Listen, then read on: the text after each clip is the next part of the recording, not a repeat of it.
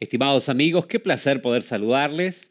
Realmente le damos toda la gloria al Señor por lo que Él está haciendo en Argentina, por este tremendo mover de clamor, de oración que estamos levantando. Y yo creo que Dios nos está llamando a todos nosotros a ser parte de esta cadena de ayuno, oración y renovación personal,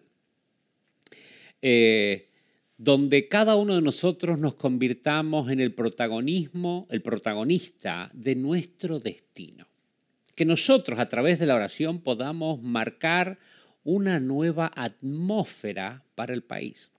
Leo la palabra del Señor aquí en Mateo, capítulo 26. Después de que instituye la cena del Señor, dice la palabra del Señor que Jesús se fue con todos sus discípulos al Getsemaní. Entonces llegó con ellos a un lugar que se llamaba Getsemaní y dijo a sus discípulos: sentaos aquí, entre tanto voy allí y oro.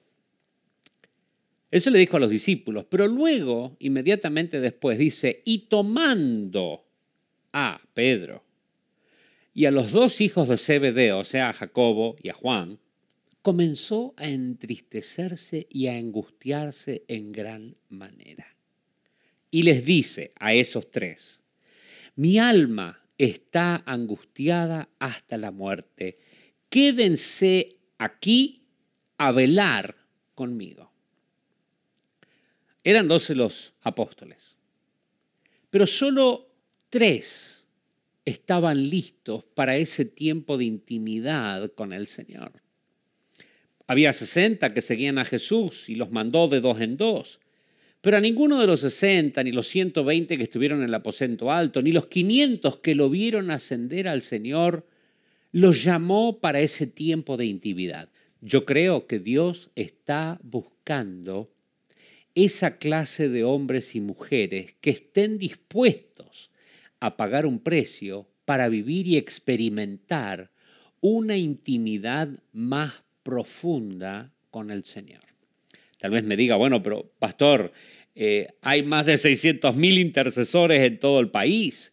Sí, sé que hay 600.000 intercesores y que hay miles de guías de oración que se han distribuido en todo el país y que, bueno, vamos a estar orando desde el 23 de octubre, el domingo que viene, hasta el 1 de diciembre. Va a ser glorioso lo que Dios va a hacer, pero yo creo que hay diferentes niveles y con esta charla y con las charlas que seguirán, te quiero llevar a un nivel más profundo.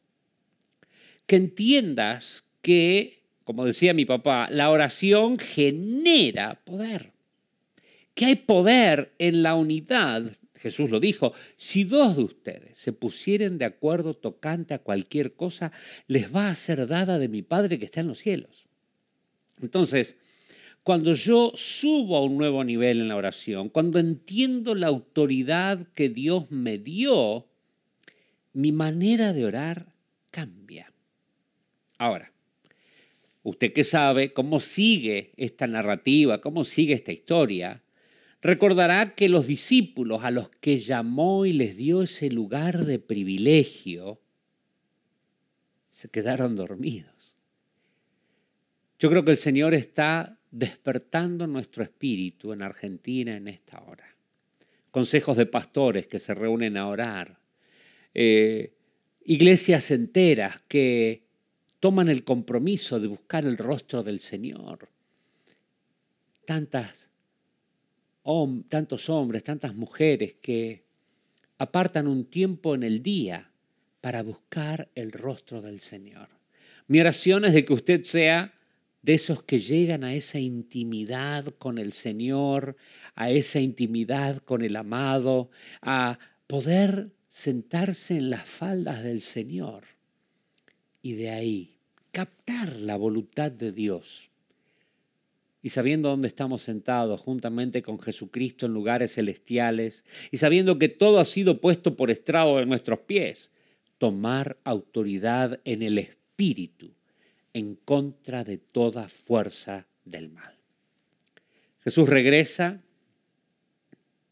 y los despierta. Para ellos no sé cuánto tiempo les habrá parecido, ¿no? tiempo que quedaron dormidos. Pero el Señor les dice, versículo 40, dice, volvió a sus discípulos, los halló durmiendo y le dijo a Pedro, no a los tres, a Pedro, había alguien que tenía una cierta responsabilidad, un grado mayor de autoridad. Así que no habéis podido velar conmigo una hora. No está pidiendo que oremos todo el día, no está pidiendo que oremos 7, 8 horas, que lo tomemos como un trabajo. Dice, no habéis podido velar una hora. Cuando nos casamos con mi esposa, empezamos a ir a esta iglesia en Estados Unidos, donde yo estaba estudiando para recibirme de la carrera teológica. Y esta iglesia tenía oración de 6 a 7 de la mañana. Y bueno, el pastor presentó la idea, ¿no?, de comenzar a orar y habló de velar con el Señor una hora y que el espíritu está dispuesto, pero la carne es débil. Dio un montón de consejos. Estoy hablando del año 85, que todavía me los acuerdo. Decía, no comas tanto la noche anterior si vas a venir a orar, porque te vas a levantar pesado, no te vas a levantar. Dice, no mires la película tarde de noche, así te levantás y venís a orar. Hasta decía, ponete 2 alarmas, así te levantás y venís a orar. Dice, cuando suene la alarma y no querés levantarte, aunque sea tirar una pierna fuera de la cama, así te da ganas o te da frío y te levantás, te despabilás y venís. Y nos marcó y empezamos ese caminar de velar con el Señor una hora. Era hermoso, un clima primaveral, aunque eran las 6 de la mañana, no hacía frío, pero después llegó el invierno. Y cuando llegó el invierno, el auto quedaba tapado de nieve. De hecho, una vez limpié el auto de al lado pensando que era el mío, mi vecino contentísimo, para descubrir que no era el mío. Y tuve que, bueno, después limpiar el nuestro para poder ir a la oración. Pero había nacido en nosotros, primero, un deseo. Y fuimos fieles a ese deseo que Dios puso en nuestro corazón. Luego, cuando vino el invierno y las nieves y el hielo, hubo que sumarle a ese deseo la disciplina. Pero ¿sabe qué? Llegó el momento que entramos en el deleite de poder gozarnos en la presencia del Señor. Como diría el salmista, me alegré con los que me decían, a la casa del Señor iremos.